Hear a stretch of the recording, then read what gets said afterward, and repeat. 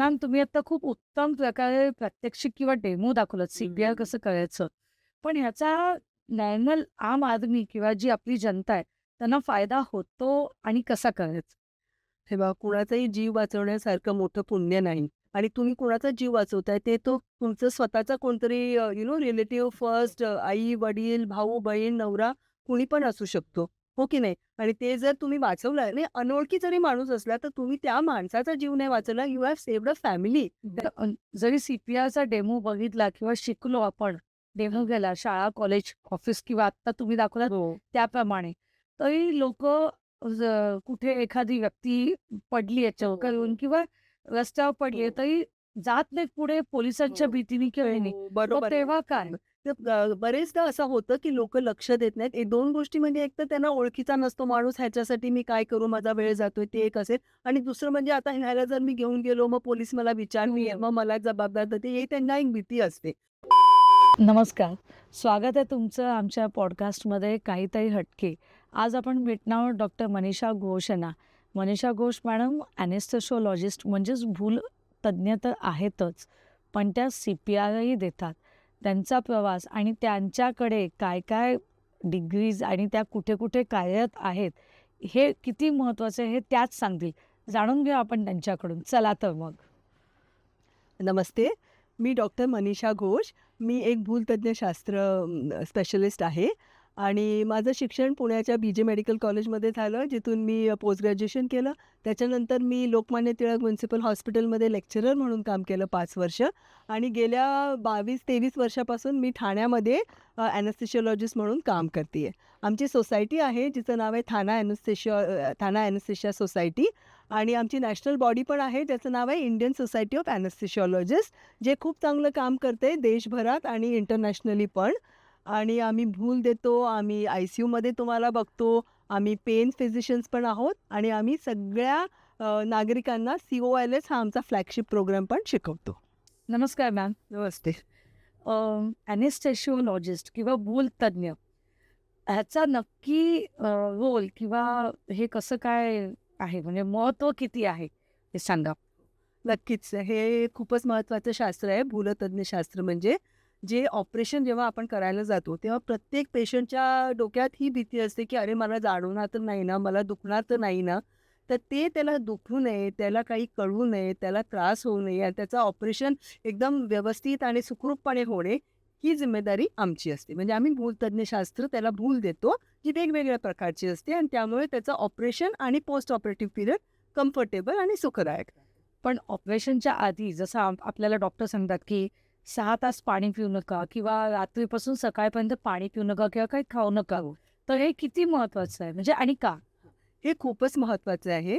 कारण कुणी जर खाऊन पिऊन आलं, भरपूर सारं खाऊन पिऊन आलं, तर आपण जी औषधं देतो, जी भुलेची औषधं देतो, जेव्हा जे ऑपरेशन असतं, त्याच्यामध्ये उलटी होण्याची शक्यता असते आणि ते जर बेशुद्ध आपण केलेलं असतं आणि अशात जर त्यांनी उलटी केली, तर ते पोटातून जे काही बाहेर येतं, ते त्याच्या फुफ्फुसात जाऊन फुफ्फुस ब्लॉक करून जीव घेणं होऊ शकतो. म्हणून इट इज व्हेरी इम्पॉर्टंट, की त्यांनी काहीही सॉलिड ऑब्जेक्ट म्हणजे भात म्हणा किंवा चपाती भाजी किंवा कुठलंही सॉलिड ऑब्जेक्ट खाऊ नये.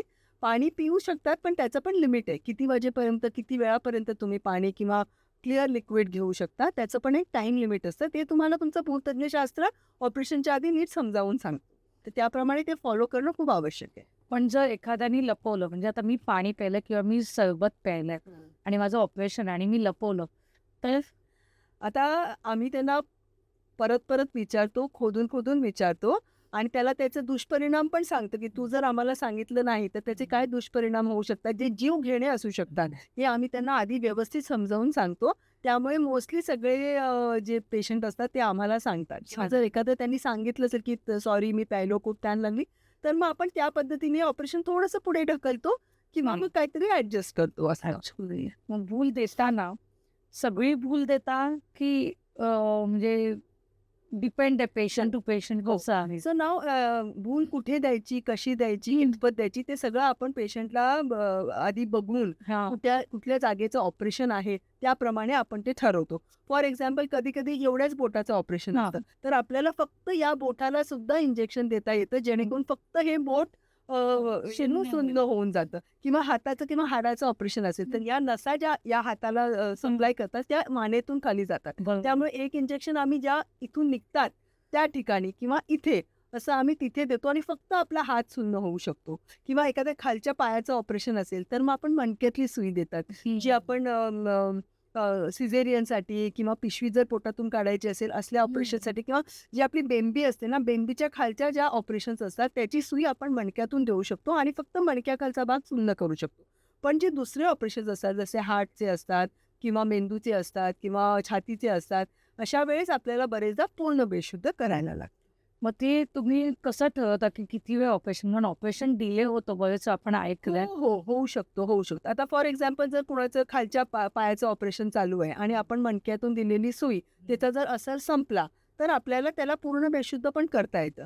किंवा आता हल्ली मणक्यातून 2 प्रकारच्या सुया देतात. एक नुसती सुई द्यायचं, त्यात औषध दिलं, संपलं.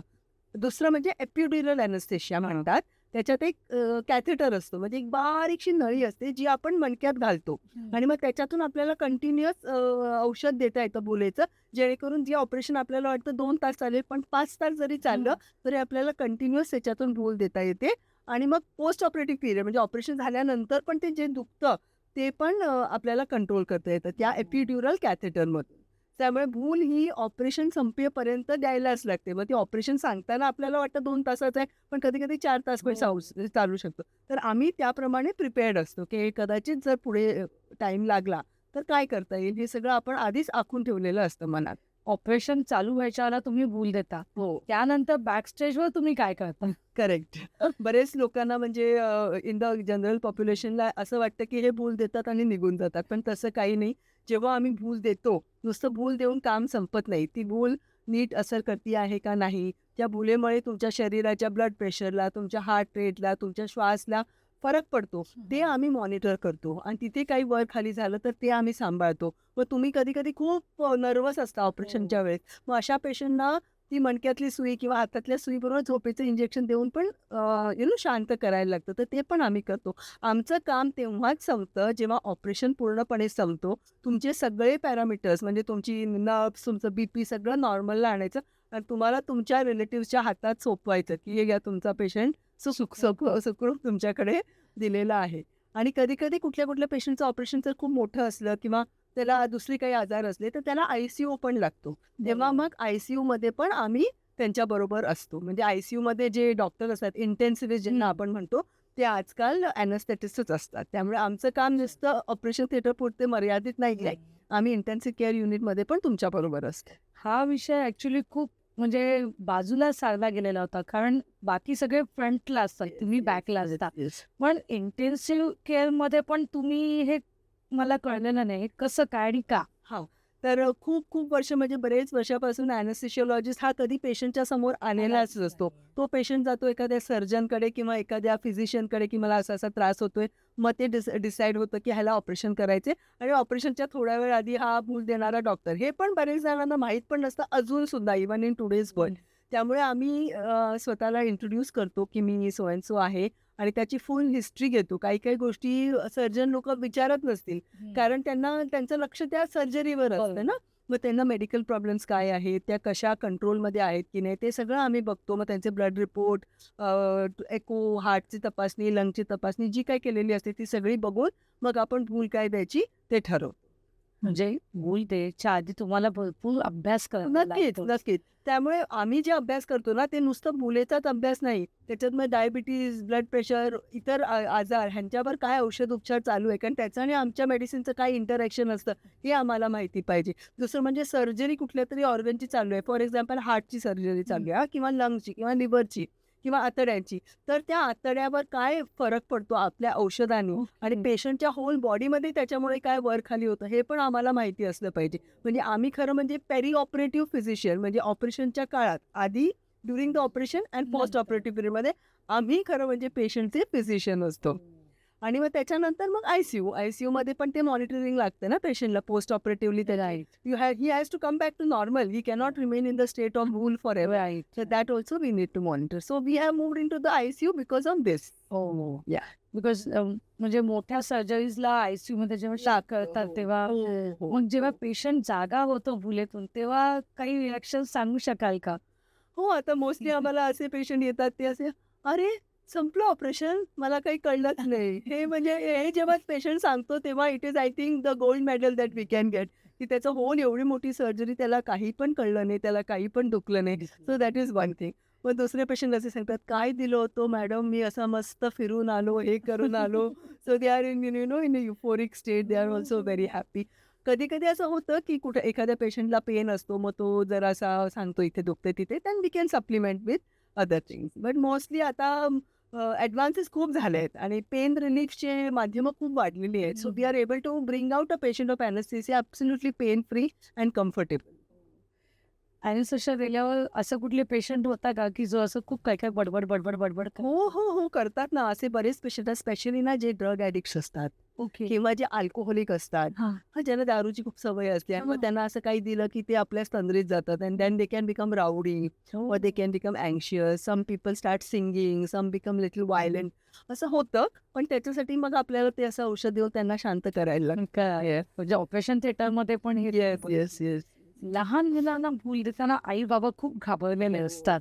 हो. पण शेवटी ती पण मुलं Yes, लहान yes, असतात. ते yes, तुम्ही कसं absolutely. काय हे सगळं मॅनेज? लहान मूल जेव्हा सर्जरीला येतं ना, तेव्हा ते एकटं येतच नाही. आई-बाबा तर असतातच. दोन्ही साईडचे आजी-आजोबा, मामा-मामी सगळे म्हणजे सगळे त्यांच्याबरोबर असतात आणि लहान मूल हे लहान मूल असतं. हे ते एक छोटं अडल्ट नसतं. त्यामुळे त्याला जो ॲनेस्थेशिया किंवा भूल आपण देतो, तो जास्त स्पेशलाइज्ड असतो. अच्छा. त्यामुळे काळजी पण जास्त घ्यायला लागते कारण काही जर वर खाली झालं तर they don't give us so much time to react. म्हणजे त्यांना लगेच आपल्याला हँडल करायला लागतं जे पण काही कॉम्प्लिकेशन होतं ते. त्यामुळे लहान मुलांचं ॲनेस्थेशिया हे आता स्पेशलाइज पण झालेलं आहे. अच्छा. पूर्वी नुसतं एम-डी होतं, म्हणजे आम्ही एम-डी ॲनेस्थेशिया करून सगळ्या टाईपचे ॲनेस्थेशिया आपण द्यायचो. पण पीडियाट्रिक ॲनेस्थेशिया हे आता एक स्पेशालिटी पण झालेली आहे. We have some anaesthesiologist who do only paediatric anaesthesia. So that has become a super speciality सारखं म्हणायला हरकत नाही. पण त्यावेळेस नक्कीच जरा दगदग जास्त असते, दुखदुख जास्त असते. पण you take due precautions and then if you are not a regular paediatric anaesthesia, म्हणजे सारखे तुमच्याकडे जर पीडियाट्रिक पेशंट्स येत नसतील, तर you can always call the specialist अच्छा. And work with him, learn from him. You update yourself, म्हणजे मग कॉन्फरन्सेस अटेंड करा, वर्कशॉप्स अटेंड करा, वाचत राहा.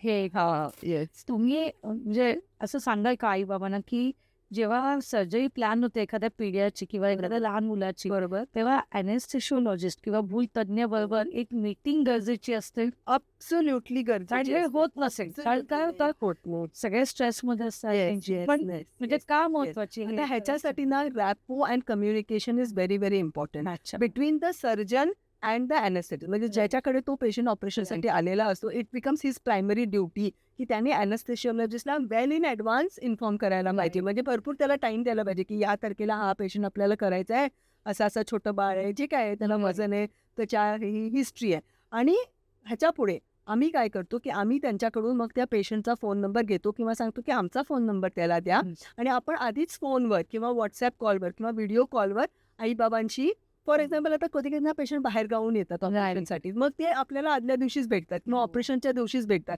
मग त्यांना जर आपल्याला माहिती आहे की हे 4 दिवसांनी येणार आहे, तर आधीच जर आपण त्यांना फोन करून बोललो, व्हॉट्सॲप कॉल केला, त्या एकमेकांची ओळख करून दिली, तर जेव्हा आपण ॲक्च्युली सर्जरीच्या दिवशी भेटतो तेव्हा बेसिक आईस ब्रेकिंग झालेलं असतं. They know you, you know them. तुम्हाला त्याची सगळी हिस्ट्री माहिती आहे, रिपोर्ट काय आहेत माहिती आहेत. तुम्हाला जे काही इन्स्ट्रक्शन्स त्यांना द्यायचे आहेत ते ऑलरेडी तुम्ही देऊन झालेले असतात, नीट समजावलेले असतात. सो त्यामुळे हे सगळं प्रोसिजर फार सिम्पल होऊन जातं. मग मुलं घाबरतात, त्यामुळे मुलांना ॲनेस्थेशिया देणं पण अगदी ट्रिकी असतं. त्यांना असं भुरळ घालून गप्पा मारत मारत पटकन सुई घ्यायची असते किंवा मग त्यांना काहीतरी खेळ हातात देऊन त्यांना डिस्ट्रॅक्ट करायची असते. काही काही एकदमच आई-वडिलांना सोडायला तयार नसतात. त्यावेळेस मग आपण त्यांना ओरल स्लीपिंग झोपेचं औषध थोडंसं तोंडातून किंवा जिभेला चाटून वगैरे आधी देऊन त्यांना झोपवून मग त्यांना ऑपरेशन थिएटरमध्ये घेऊ शकतो. पण अँझायटी लेवल आई बाबांची खूप असते. कधी कधी काही ठिकाणी आपल्याला इंडक्शन रूम्स म्हणजे भूल देण्याची सुरुवात जिथे होते तसे वेगळे रूम्स पण असतात जिथे आई बाबा पण असतात. सो द सेपरेशन एन्झायटी त्याला म्हणतो आपण. That separation anxiety from the mother is much reduce and we have many medicines which reduce the anxiety of the child आणि देन मग त्याचं सेपरेशन सोपं होऊन जातं. कारण ऑपरेशन थिएटरच्या आतमध्ये रडणारं बाळ आलं की आपल्याला पण नको असतं ते. सो आणि एक दडपण डॉक्टर्सना पण म्हणजे हे असतं की प्रेशर येतं कारण शेवटी ऑपरेट करायचं आहे काहीतरी. अॅनेस्थेशिओलॉजिस्ट आणि CPR तज्ञ हा प्रवास कसा आहे म्हणजे हे मला माहित नाही विचारते. तर लोकांना ना अॅनेस्थेशिओलॉजिस्ट म्हणजे भूल देणारे डॉक्टर हे खूप वर्षानंतर कळले की हे एक स्पेशलिस्ट MBBS नंतर MD करणारे डॉक्टर आहेत. त्याच्यानंतर आमचा प्रवास सुरू झाला इंटेन्सिव्ह केअर युनिटमध्ये. इंटेन्सिव्ह केअर युनिट म्हणजे जिथे खूप दक्ष राहायला लागतं, जिथे ब्लड प्रेशर हे वर खाली होतं, पेशंटला हार्टला प्रॉब्लेम होऊ शकतो, म्हणजे हार्ट अटॅक असं नाही किंवा त्याच्या दुखापतीमुळेच त्रास होऊ शकतो. तर अशा वेळेस त्यांना रिवाईव्ह करायचं किंवा रिससिटेट जे करतो तो त्या इंटेन्सिव्ह केअर युनिटमध्ये असलेला डॉक्टर असतो, जो बरेचदा एखादा रजिस्टर्ड मेडिकल ऑफिसर किंवा इंटेन्सिव्हिस्ट किंवा अॅनेस्थेटिस्ट असतो. त्यामुळे हे काम आम्ही आधीपासूनच शिकतो. ओके. आणि रिवाईव्ह करण्यामध्ये जे काही टेक्निक्स असतात म्हणजे इंट्युबेशन जे म्हणतो आपण, म्हणजे घशातून नळी घालून कृत्रिमरित्या व्हेंटिलेशन द्यायला लागतं किंवा कार्डियक मसाज द्यायला लागतो. आपण पिक्चरमध्ये बघतो हार्ट दाब. तर ह्याचं सगळं ट्रेनिंग आम्हाला डे 1 पासून झालेलं असतं. हे MBBSच्या लेवललाच सुरू होतं. अच्छा. आणि जेव्हा आम्ही अॅनेस्थेशिया करतो तेव्हा हे अजून on a larger scale it is taught to us. आम्ही रिवायव्हर करण्यामध्ये we are the like experts with an MD physician म्हणा किंवा MD अॅनेस्थेशिओलॉजिस्ट म्हणा, they are at par in doing all this. कारण OT मध्ये म्हणजे ऑपरेशन थिएटरमध्ये basically कधीतरी असं होऊ शकतं की एखादा पेशंटला अचानक कार्डियक अरेस्ट आलाय. आपण ऐकतो नक्कीच. ऑपरेशन कुठला तरी दुसरं चालू आणि आहे त्यावेळेला तुम्हाला त्यामुळे ते जे टेक्निक्स आहेत, जे काही इक्विपमेंट त्याच्यासाठी लागतं ते आम्हाला आधीपासून शिकवलेलं गेलं असतं. So we are taught that only from day 1. त्यामुळे we are like the experts in CPR or reviving the patient. CPR ही प्रोसिजर एक्झॅक्टली काय आहे आपल्या सगळ्यांना तुम्ही खरंच समजा. हो चालेल. CPR ह्याचा फुल फॉर्म काय आहे? Cardio pulmonary resuscitation. म्हणजे कधी हृदय जर बंद झालं तर ते परत कसं सुरू करायचं, त्याच्यासाठी जे काय स्टेप्स असतात दॅट इज CPR. आता CPR हे हॉस्पिटलमध्ये होतं, पण आता आम्ही अॅनेस्थेशिया, आता जसं मी बोलले, फ्रॉम भूल तज्ञ झालो आम्ही, मग इंटेन्सिव्ह केअर झालो, मग आम्ही पेन स्पेशलिस्ट झालो. पेन स्पेशलिस्ट म्हणजे काय, मी जरा डायव्हर्ट करते कारण ते पण एक इम्पॉर्टंट भाग आहे आमच्या प्रोफेशनचा. पेन स्पेशलिस्ट म्हणजे काय की क्रॉनिक पेन, कोणाचं तरी ना ॲम्प्युटेशन झालंय त्याला तो क्रॉनिक पेन राहतो, किंवा कॅन्सरचे जे पेन असतात, किंवा बॅक पेन. क्रॉनिक मध्ये खूप वर्ष आहे, त्याला काही होतच नाही, नुसत्या गोळ्या खातोय, बाम लावतोय, तेल चोळतोय. तर तिथे आम्ही मग ते स्पेसिफिक नर्व्सना जाऊन ब्लॉक करतो, काहीतरी औषध देऊन, स्टिरॉइडचं म्हणा किंवा लोकल अॅनेस्थेटिक एजंट म्हणा, ते देऊ. सो पेन फिजिशियन्स पण खूप आता पुढे गेलेले. कुणाचा तरी नी जॉईंटचा पेन आहे पण त्याला सर्जरी नाही करायची आहे, मग त्याला त्या नी जॉईंटमध्ये जाऊन इंजेक्शन देणं, हे पेन स्पेशलिस्ट ते आम्ही झालोय. आणि लास्टली आम्ही ना हा CPRचा प्रोग्राम, ज्याला आम्ही COLS म्हणजे कम्प्रेशन ओनली लाईफ सपोर्ट, हा जो प्रोग्राम आहे तो आम्ही सगळ्या जनतेसाठी सुरू केलेला आहे. तर त्याचा ध्येयच हे आहे की every citizen a life saver. Right. प्रत्येक नागरिक जीवन रक्षक हा त्याचा मुद्दा आहे. सो एव्हरीबडी, म्हणजे हे स्कूल लेवल पासून आम्ही सुरू केलेलं आहे शिकवायला. It has been included in the curriculum also. त्यात एक छोटासा असा चॅप्टर आहे की CPR म्हणजे काय आणि ते कसं द्यायचं. सो ते आम्ही तिथे पण सुरू केले. So now we have moved into this. आणि आय थिंक गेल्या 7-8 वर्षापासून हे खूप जोरात चालू आहे. म्हणजे आता कितीतरी शाळांमध्ये आम्ही जातो, सोसायटीजमध्ये जातो, कॉर्पोरेट ऑफिसेसमध्ये जातो, so that everybody is aware of what they have to do. So तसे आम्ही ते CPR, because they are already train.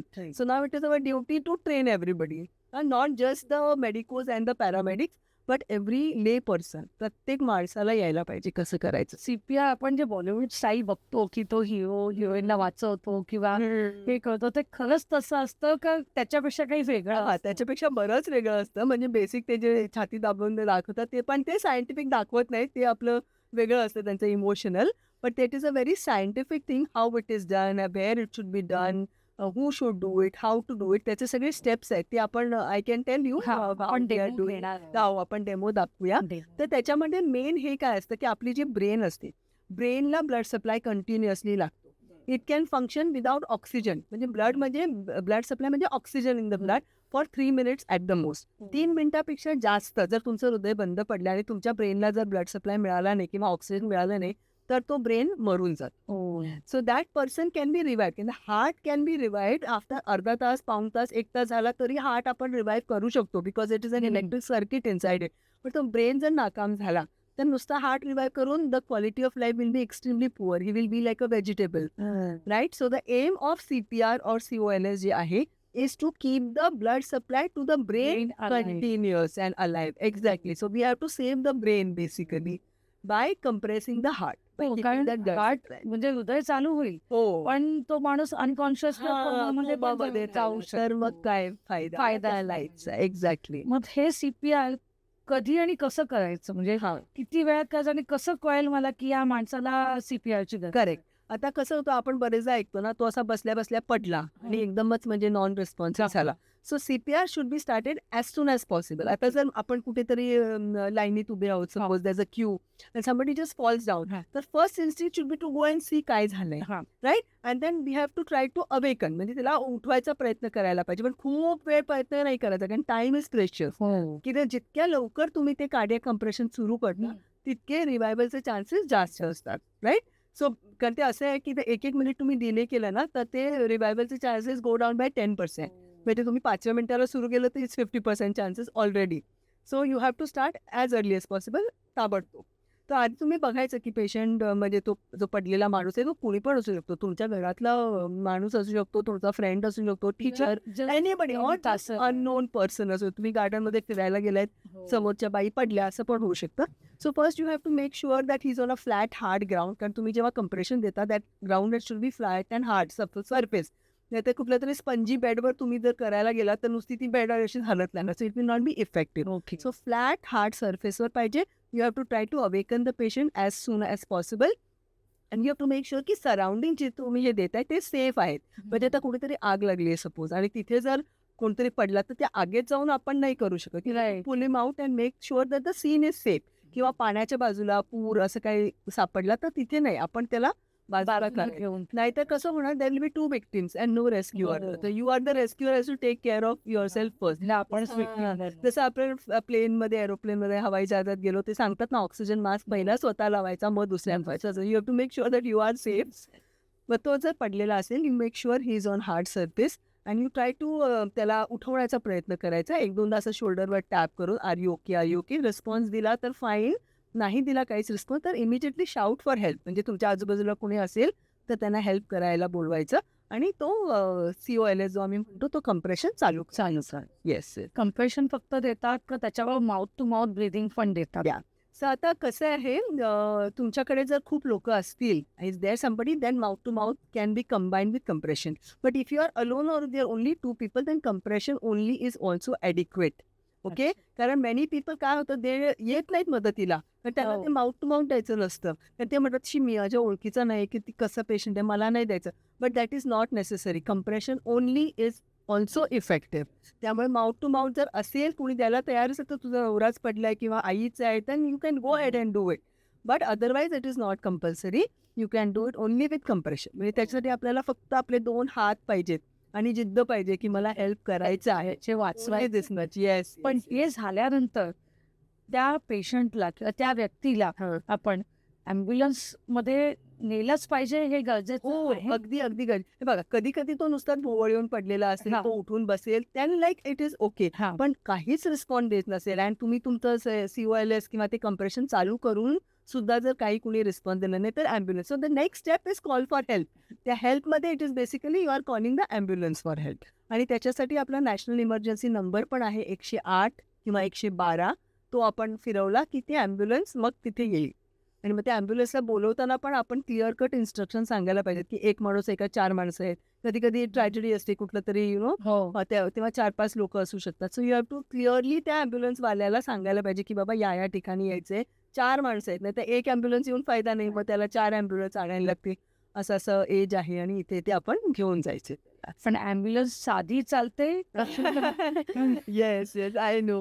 So ideally we should get a cardiac ambulance. Cardiac ambulance म्हणजे विच इज वेल इक्विप्ड. त्याच्यामध्ये सगळं ते जे काय आपल्याला ऑक्सिजन असतं, डिफिब्रिलेटर असतो, व्हेंटिलेटर असतो, मेडिसिन्स असतात जे लागतात, ती आली तर बेस्ट. तर त्या ॲम्ब्युलन्समध्ये आपल्याला मग सगळं पटापट होऊन जाईल. त्याच्याबरोबर एक डॉक्टर किंवा पॅरामेडिक पण येतो. बाकीच्या ज्या ॲम्ब्युलन्स असतील तर काहीच नाही मिळालं तर ती ॲम्ब्युलन्स चालेल. But you cannot stop the compression. Okay. तुम्हाला त्या पेशंटबरोबर ॲम्ब्युलन्समध्ये बसवून ते करत, करत, करत त्याला हॉस्पिटलमध्ये न्यायला मी का लागतं. Yes. विचारला हा प्रश्न, कारण आपण शहरात राहतो, पण गावाच्या ठिकाणी जिथे सोयीच नाही नाही येत, नाही येत. तिथे काय करायचं एखाद्याने? पण म्हणजे हे रिव्ह्यू करताना किंवा एखाद्या माणसाचा जीव वाचवताना ते तुम्ही जसं सांगितलं तसं कंप्रेशन देत देत हॉस्पिटल जायचं. Yes, yes. सो ॲटलिस्ट एक 20 मिनिटं किंवा अर्धा हो, तासाचा वेळ जास्तच. जातो. हो, हो. पण तोपर्यंत हे कंटिन्यूअस कंटिन्यूअस ठेवायचं असतं आणि हे ह्याला पण भरपूर स्ट्रेंथ लागते आणि स्टॅमिना लागतो. म्हणजे एका माणसाचं काम नाहीये. अच्छा. 2-3 लोक असले तर मग दर 2 मिनिटाला किंवा दर 3 मिनिटाला ते शिफ्ट करायचं, Shift रोटेट करायचं. करायचं. कोण काय करतं. आणि मग डॉक्टरांकडे सुपूर्द केल्यावर हो. ॲटलिस्ट त्या माणसाचा किंवा त्या व्यक्तीचा जीव नक्कीच वाचतो. नक्कीच. म्हणजे आपण प्रयत्न तरी नक्कीच नक्कीच केलेला केले. असतो. Yes, yes.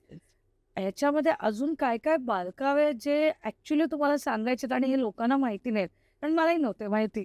CPR बद्दल CPR बद्दल किंवा तुमच्या प्रोफेशनच्या रिलेटेड बऱ्याच गोष्टी आहेत ज्या आज मला कळल्या येस. आणि त्या गरजेच्या आहेत. म्हणजे मला असं वाटतं की हे अवेअरनेससाठी किंवा लोकांना जीव वाचवण्यासाठी हो. आणि बाकी त्यांच्या शंका निरसन होण्यासाठी गरजेच्या हो. आहेत. त्यात खरंच हो, आता त्याच्यामध्ये कसं आहे, तुम्ही एक तर तुमचा जो भूलशास्त्र तज्ञ असतो, त्याची तुम्हाला ओळख करून घेणं फार आवश्यक आहे. म्हणजे जेव्हा तुमचा सर्जन तुम्हाला सांगतो, की आता तुम्हाला ऑपरेशन करायचं आहे, तर तेव्हा तुम्ही त्याला नक्की विचारायचं, की मग भूल देणारे डॉक्टर कोण आहेत? मग आम्हाला त्यांना पण भेटायचं आहे. हे तुम्ही सांगा त्यांना. तुम्ही जेव्हा सांगाल, जेव्हा तुम्हाला माहिती आहे, की असा कोणतरी वेगळा डॉक्टर आहे, तेव्हा तुम्ही विचाराल ना, तर मग तो तुम्हाला सांगेल. मग त्याची भेटगाठ घ्यायची. त्याच्याबरोबर भूल तज्ञाबरोबर काहीही लपवायचं नाही. कधी-कधी काही-काही गोष्टी लपवल्या जातात. नसतात सांगायच्या. मी स्मोकिंग करतो हे सांगत नाही किंवा मी ड्रिंकिंग करतो हे सांगत नाही किंवा मला सांगत नाहीत लोकं. कारणं असतात वेगळी-वेगळी. पण भूल तज्ञाला अशी काहीही लपवायचं नाही. कारण तो तुम्हाला अशी औषधं देणार आहेत ना, त्याचा इफेक्ट तुमच्या हार्टवर, बॉडीवर ह्याच्यावर सगळ्यावर होणार. हो, कारण त्याचे दुष्परिणाम होऊ शकतात त्या लपवून. एक्झॅक्टली. आता फॉर एक्झाम्पल क्रॉनिक स्मोकर्स जे असतात, खूप स्मोकिंग करतात किंवा दारू जे खूप पितात, त्यांना जरा वेगळं रिॲक्शन येतं त्यांच्या बॉडीमध्ये येऊ शकतं. So they have to at least make that person aware, the doctor, हो. की मला असं-असं आहे किंवा या गोळ्या मी खातो, मी आज खाल्ली आहे का नाही खाल्ली आहे किंवा अशा काही गोळ्या असतात ज्या काही ऑपरेशनच्या आधी बंद कराव्या लागतात. हो. 5 दिवस, आठवडाभर बंद करायला लागतात. अच्छा. तर स्पेशली सायकॅट्रिक मेडिसिन असतं, त्याचं सांगायला लागतं, की मी हे सायकॅट्रिक मेडिसिन घेतो. आता हल्ली लोकं ओझॅम्पिक, मुंजारो, हो. वजन कमी करण्यासाठी हे सर्रास घ्यायला सुरुवात केलेली आहे. म्हणजे ते And they don't tell because they take it secretly. But that secret should not be kept from the anesthetist because they are having some effects on the body which we need to know. So अच्छा. आपल्या anaesthesia डॉक्टरला काहीही लपवायचं नाही. He should be your best friend during that peri operative period.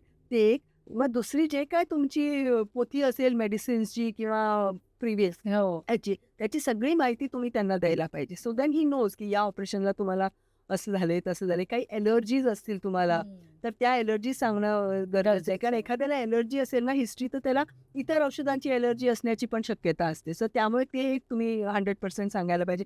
आणि दुसरं म्हणजे जे तुम्ही बोललात खाल्लंय का, पिल्लंय का? हो. आता खाल्ल्या-पिल्ल्यामध्ये आम्ही सांगतो की काही खायचं प्यायचं नाही. मग असा पेशंटला मग विचारतो की मग काय केलं, सिगारेट प्यायलास का? तर हो म्हणतो. मग कशाला प्यायलास? अरे पण मला सिगारेट पिऊ नये हे नाही सांगितलं, नुसतं खाऊ पिऊ नये. तर तो त्याच्या सवयीप्रमाणे बिचाऱ्याने सिगारेट असं. मग ते स्पेशली हे ॲडिक्ट्स असतात ना, कधी-कधी तोंडातून आम्ही लिटरली ते तंबाखूचे गोळे इथे ठेवतात ना, ते काढलेले आहेत. म्हणजे असं त्यांना ते रुटीन वाटतं आणि सवय झालेली असते. तर ते जे काय तुमचे स्मोकिंग म्हणा किंवा टोबॅको हे सगळं ऑपरेशनच्या आधी बंद करायला पाहिजे. म्हणजे स्मोकिंग-बिकिंग तर आता उद्या ऑपरेशन ठरलंय ना, म्हणजे आता आज वाटतं की ऑपरेशन आहे, तर जितकं म्हणजे टाईम स्मोकिंग बंद करता येईल तेवढं करायला पाहिजे. Because nicotine has very much effect on the lungs, on the respiratory tract आणि हार्टवर ऑल्सो. सो ते स्मोकिंग बंद करायला पाहिजे. आणि हे सगळं you have to tell and get all your documents with you. आणि मग पुढचं सगळ्यांना ते सोपं होऊन जातं त्याच्यासाठी. कारण इंट्रा ऑपरेटिव्ह कॉम्प्लिकेशन कुणालाच नको असतात. डॉक्टर्सना तर नकोच असतात बिलकुल. आणि कारण दॅट इज हानिकारक टू द पेशंट ओनली ना ultimately. Right. So because of that हे सगळं जे काय असेल, make the anaesthetist your best friend and you will have a very smooth journey. आणि पुन्हा आपण आता एक CPRवर वळू. हो. तुम्ही जे प्रोग्राम्स करता हो. स्कूल्स किंवा कॉलेजेसमध्ये, हो. हे किती वेळाचे असतात आणि ह्याच्यात काय काय कव्हर करता तुम्ही? राईट. तर या प्रोग्रामला साधारण किती लोक समोर आहेत त्याच्यावर असतं. तर साधारण 1 ते 1.5 तास हा प्रोग्राम चालू शकतो. आमचं जेव्हा ट्रेनिंग होतं ना, तर हा 2 दिवसांचा किंवा 3 दिवसांचा फुल फ्लेज 8-8 तासाचा प्रोग्राम असतो. पण जेव्हा आपण तुमच्यासाठी किंवा ले पब्लिकसाठी घेतो, तेव्हा तो साधारण 1.5 ते 2 तासापर्यंत चालू शकतो. तर त्याच्यामध्ये कसं असतं, की आधी आपण डिसाईड करतो कुठे यायचं, किती लोकं असणार आहेत. मग आम्ही येतो, आम्ही इंट्रोड्यूस करतो. एक छोटंसं क्वेश्चनेअर सारखं घेतो, की तुम्हाला किती अवेअरनेस हे जाणून घेण्यासाठी. आणि त्याच्यानंतर एक ऑडिओ व्हिज्युअल प्रेझेंटेशन देतो आम्ही. त्या ऑडिओ व्हिज्युअल प्रेझेंटेशनमध्ये काय असतं बेसिक, कसं करायचं ते सगळं ऑडिओ व्हिज्युअल असतं आणि मग तेच ऑडिओ व्हिज्युअल आपण नंतर डेमॉन्स्ट्रेट करून दाखवतो आणि मग ते हँड्स ऑन तुम्हाला पण करायला येतं. म्हणजे ते कसं कंप्रेशन द्यायचं असतं, कुठे द्यायचं असतं, किती वेळ द्यायचं असतं, ते मग त्या डमीज घेऊन येतो आपण आणि मग त्या डमीजवर आपण लोकांना ते दाखवतो. आणि then we take a open house, म्हणजे तुमचे जे काही प्रश्न असतील ते सगळे विचारा, त्याचं आम्ही शंका निवारण. म्हणजे तुम्ही सोसायटीज, कॉर्पोरेट्स, हॉस्पिटल्समध्ये पण करायला लागतं. They have to do it every 2 years to keep the staff updated. मग मॉक ड्रिल्स करतो आम्ही कधी-कधी हॉस्पिटल्समध्ये, की असंच म्हणजे की कुणाला काही झालेलं नसतं. जर फायर ड्रिल्स असतात बघा मॉल्समध्ये मग वगैरे. तेच विचारणार येस, तसे मॉक सीपीआर ड्रिल्स. फायरमध्ये वेगळा असतो का आणि नॉर्मल केसमध्ये म्हणजे कार्डियक ज्याला होतो हां. त्याला वेगळा असतो? नाही. बेसिक स्टेप्स सगळ्यांचे सेमच असतात. हां. पण फायरमध्ये जसं मी म्हणाले, की फायरच्या आतमधून त्यांना बाहेर आणायला पाहिजे. हां. ओपन आहे and then you start. But तेव्हा जरा प्रॉब्लेम जास्त असतात अशा फायरमधल्या पेशंटला, कारण त्यांनी ते पॉइझनस Gases गॅस, वगैरे. कार्बन डायऑक्साईड, कार्बन मोनोऑक्साईड आत घेतलेलं असतं ना, त्यामुळे त्यांना नंतर ऑक्सिजनवर वगैरे लाँग टर्म ठेवायचं. ठेवावं. येस. म्हणजे जशी कार्डियक ॲम्ब्युलन्स पाहिजे तशी ऑक्सिजन आणि हे इक्विप असलेलं येस. सगळं oxygen. Any ambulance should have oxygen at least minimum and suction machine. Suction म्हणजे कसं उलटी झाली तर मग ती सक आउट करायला लागते, नाहीतर ती उलटी परत आत जाते फुफ्फुसात. So that is very danger. Oxygen आणि सक्शन मशीन प्रत्येक ॲम्ब्युलन्स, छोट्या ॲम्ब्युलन्समध्ये का असेना पण असायला पाहिजे आणि the more the better. Less is more नाही चालत तिकडे. हां, द मोर द बेटर. शाळा कॉलेजमध्ये आता समजा तुम्ही सीपीआर शिकवलंय, तर पण मला भीती वाटत असेल तर मग काय? नाही. आता भीती काय वाटण्याची, त्याच्यात भीती वाटायचं काहीच नाही. शाळेमध्ये काय, we have started this curriculum from 8th standard. हां. म्हणजे 8th स्टँडर्डची मुलं जरा आता समजू शकतात. समजू सो 8वी, 9वी, 10वी, 11वी, 12वी अँड कॉलेजेस त्यांच्या सगळ्यापासून सुरू केलेले आहेत. पण आपण कितीतरी स्टोरीज सुद्धा ऐकतो, की लहान मुलींनी किंवा लहान मुलं असं 5-6 वर्षाचं, she has saved her father. हो. तर तिला कळलं की काहीतरी झाले, then she has dialled that number and called them and all. So these things can happen. So earlier education is always Always better as much as possible. आणि See, they may not be able to give an effective CPR, but if they know whom to call and how to call for help, that is also one important म्हणजे हेल्पसाठी बोलवणं हे मुलांना awareness पाहिजे. हो. CPR देणार एखादा व्यक्ती पाहिजे हो. आजूबाजूला. हो. आणि आपण एकाचा जरी जीव वाचवला तरी ते अगदी महत्त्वाचं आहे.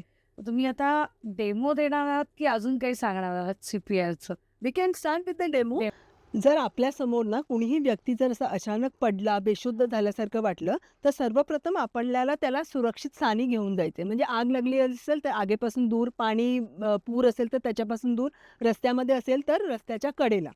त्याला नंतर आपण लगेच तो रिस्पॉन्ड करतोय की नाही ते बघायचं आणि पटापट कसं, are you okay? Are you okay? त्याने जर रिस्पॉन्ड केला तर खूपच छान. तुम्ही त्याला एका कुशीवर वळवायचं आणि मदतीसाठी हाक मारायची. जर त्यांनी रिस्पॉन्ड केलंच नाही तरी पण तुम्ही मदतीसाठी हाक मारायची. 108 हा ॲम्ब्युलन्सचा नंबर आहे. त्याला पटकन फोन करून किंवा आजूबाजूला जो कोण असेल त्याला फोन करून सांगायचं की ह्या ॲम्ब्युलन्सला फोन करा आणि क्लिअरली सांगा किती लोकं आहेत, कुठल्या ठिकाणी आहे आणि त्यांनी कसं यायचं आणि व्यक्तीचं साधारण जेंडर आणि एज जे काय ते सांगायचं. आणि त्याच्यानंतर लगेच तुम्ही कंप्रेशन ओन्ली लाईफ सपोर्ट सुरू करायचा. आता तो कसा करायचा? तर हे आपलं छातीचं हाड आहे, राईट? त्याला आपण स्टर्नम किंवा चेस्ट बोन म्हणतो.